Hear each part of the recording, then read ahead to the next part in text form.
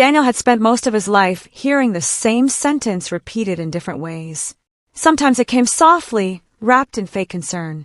Sometimes it came with laughter during family dinners. Other times it arrived like a knife disguised as advice. No matter how it was said, the meaning was always the same. He was the disappointment of the family. His older brother, Ethan, was a successful lawyer living in a luxury apartment in New York City. His younger sister, Claire, had become a social media celebrity with millions of followers and sponsorship deals. Even his cousins seemed to shine brighter than him. One owned a chain of gyms, another worked in finance, and another had married into wealth.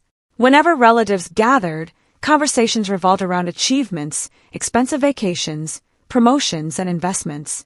Daniel usually sat quietly at the edge of those conversations, smiling politely while holding a glass of water no one bothered to refill. At 32, Daniel drove an old car with peeling paint, rented a small apartment above a grocery store, and wore the same watch he had owned since college. Family members assumed he was struggling financially because he never talked about money, never wore designer clothes, and never tried to impress anyone. Over the years, their assumptions hardened into judgment. "Still working on computers?" his uncle would ask with a smirk. "You should learn from Ethan," another relative would say. Stability matters. Even his mother had stopped defending him. Daniel never argued. He simply nodded and changed the subject. What none of them knew was that silence had become his shield a long time ago. Years earlier, after graduating from college, Daniel had tried to launch a small software company with 2 friends. The business failed within a year. He lost nearly everything he had saved and spent months sleeping on a couch while searching for work.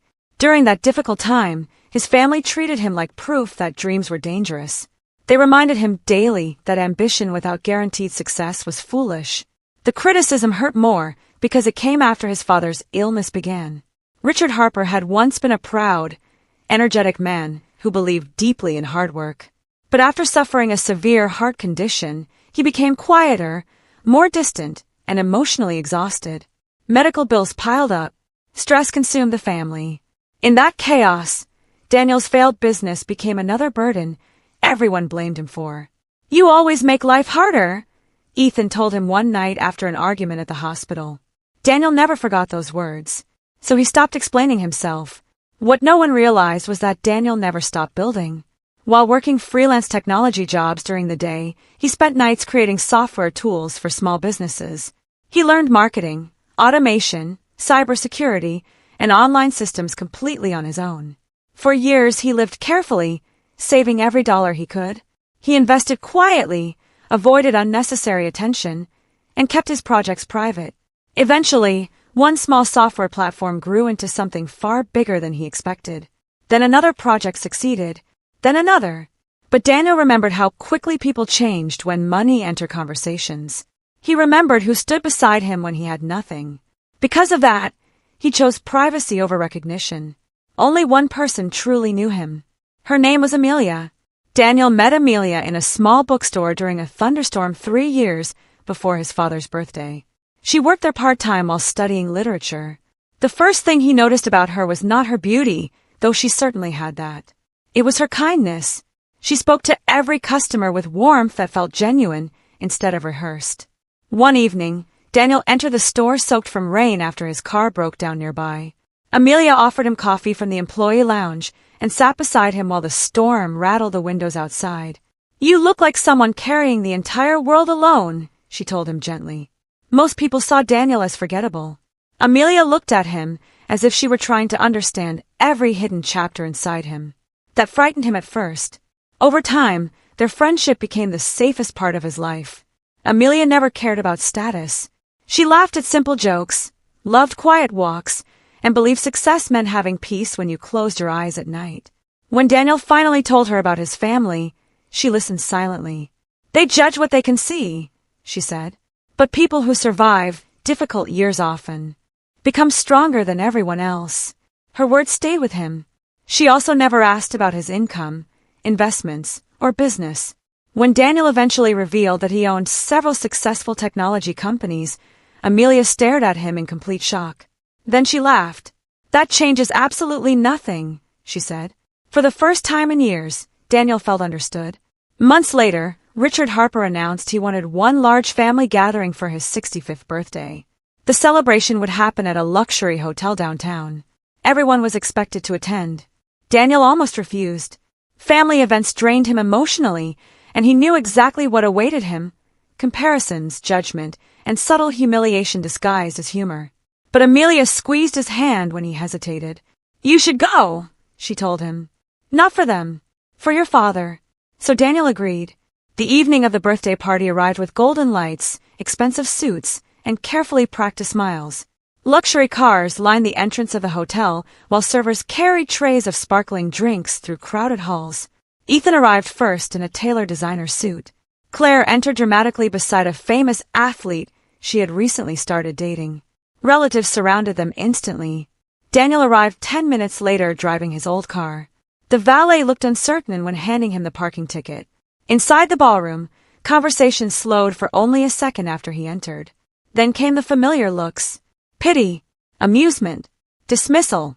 Daniel ignored them and focused on finding his father. Richard sat near the center table, looking older than Daniel remembered. His hair had become almost entirely gray, and deep exhaustion rested beneath his eyes. Yet when he saw Daniel approaching, something softened in his expression. "You came," Richard said quietly. "Of course I came." For a brief moment, father and son smiled at each other without tension. Then the interruptions began. Ethan walked over carrying a glass of expensive wine. "Daniel," he said loudly enough for nearby relatives to hear. "Still driving that ancient car?" A few cousins laughed softly. Daniel remained calm. "It still works." "That's one way to lower expectations," Ethan replied. Claire joined them moments later. "You know," she added with a playful smile, "Mom was worried you might ask Dad for financial help again." More laughter. Amelia, standing beside Daniel, looked uncomfortable. She had never witnessed the family's behavior directly before. Daniel placed a reassuring hand on hers. "It's all right," he whispered. But the comments continued throughout dinner. Relatives discussed investments and properties while intentionally excluding him from serious conversations. One uncle asked whether Daniel was finally making enough to survive. Another suggested he apply for a stable office job instead of wasting time with computers. Each comment sharpened Amelia's anger. "How do you stay calm?" she whispered. Daniel looked around the room quietly. "Because people reveal themselves when they think you have nothing." Later that evening, Richard stood slowly to give a birthday speech. The ballroom grew silent. "I've made many mistakes in life," he began. "But my greatest blessing has always been my children." Ethan smiled proudly. Claire adjusted her dress confidently. Richard's eyes then shifted toward Daniel. "And sometimes," he continued carefully, "the child we understand the least becomes the one carrying the heaviest burdens." The room became quieter. Daniel looked down, surprised. Richard cleared his throat weakly. "I know our family hasn't always been fair. Especially to Daniel." Uncomfortable expressions spread across several faces. Before Richard could continue, his breathing suddenly became uneven. A glass slipped from his hand and shattered against the floor. Panic exploded across the ballroom. Guests rushed backward while Ethan shouted for help. Richard collapsed into his chair, clutching his chest.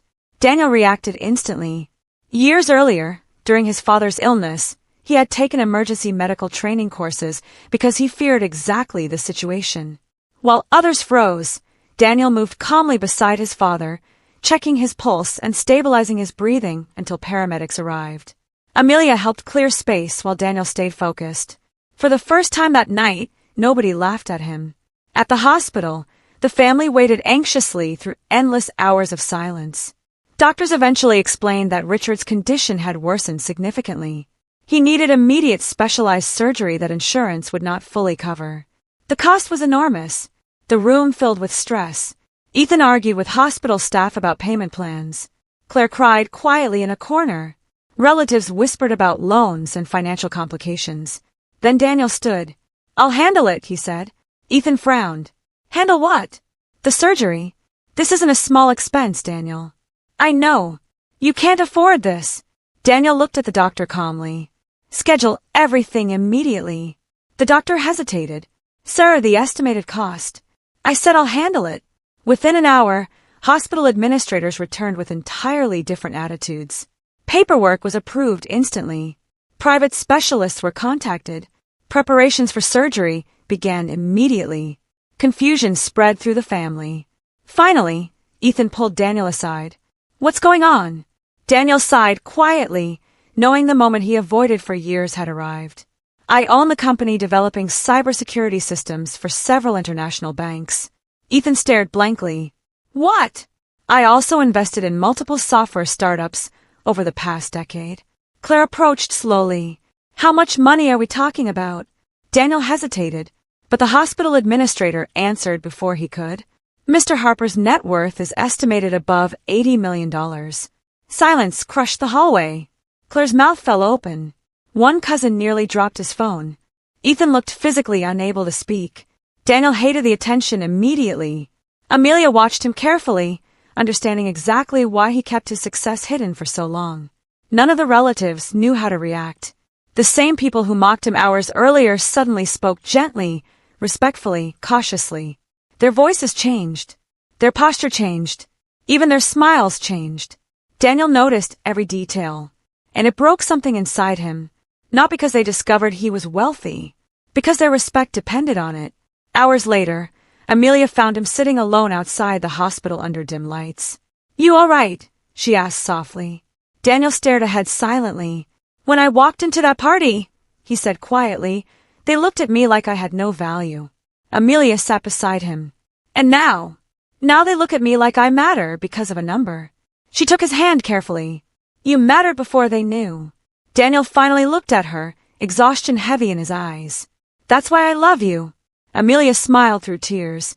For the first time all night, peace touched his face. Richard's surgery succeeded the following morning. Recovery would take time, but doctors believed he would survive. The family celebrated with relief, yet an invisible tension remained. Everyone viewed Daniel differently now. Relatives who once ignored him suddenly wanted conversations. Cousins asked about investments. Uncles praised his intelligence. Claire posted emotional messages online calling him an inspiration.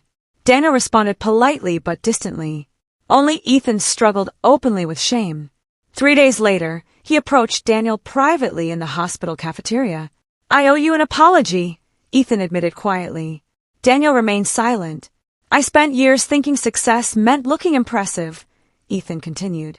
"I thought you failed because you stayed quiet." Daniel stirred his coffee slowly. "You judged me before understanding me." Ethan nodded painfully. "I know." After a long silence, Daniel finally spoke. "When Dad got sick, I promised myself I would never depend on anyone again. Not emotionally, not financially. I worked until I couldn't feel exhaustion anymore." Ethan lowered his eyes. "And while you were building everything," he said softly, "we kept calling you a disappointment." Daniel looked toward the hospital window.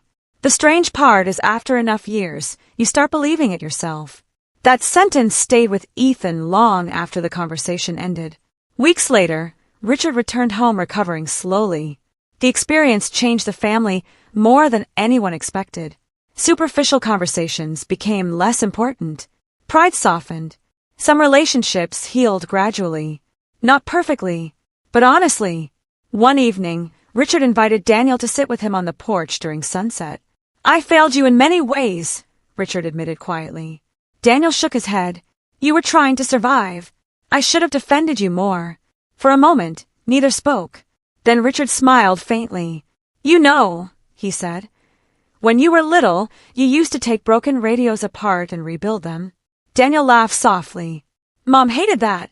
She said you destroyed everything you touched," Richard replied with amusement. "But I always noticed something else." "What?" "You never stopped trying until things worked again."